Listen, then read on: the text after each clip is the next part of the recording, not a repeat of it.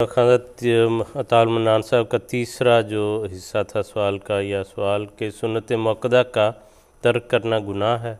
بات یہ ہے کہ سنت بعض ایسی حضور صلی اللہ علیہ وسلم کی سنتیں ہیں جن کی تلقین حضور صلی اللہ علیہ وسلم نے خود فرمائی. مثلا فجر کی نماز کی 2 سنتیں ہیں، وطر ہیں، ان کے متعلق بہت فضیلت بیان کی، اور خاص طور پہ حضور نے سفر میں بھی انہیں نہیں چھوڑا.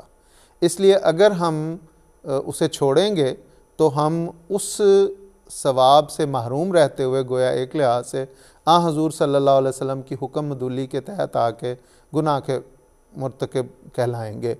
لیکن بعض سنتیں ایسی، جس طرح مثلا انہوں نے عشاء کی 4 سنتوں کا ذکر کیا ہے، وہ سنت مؤکدہ نہیں ہیں، سنت غیر مؤکدہ ہیں.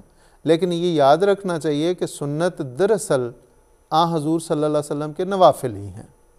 اس لیے اگر کوئی انہیں چھوڑتا ہے تو وہ مؤکدہ ہیں یا غیر مؤکدہ، اگر وہ انہیں چھوڑتا ہے تو اس ثواب سے وہ محروم ہے. لیکن جو مؤکدہ سنتیں ہیں، مثلا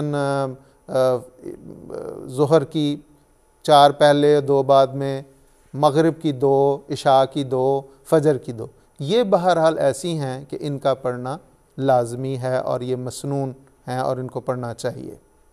ٹھیک ہے.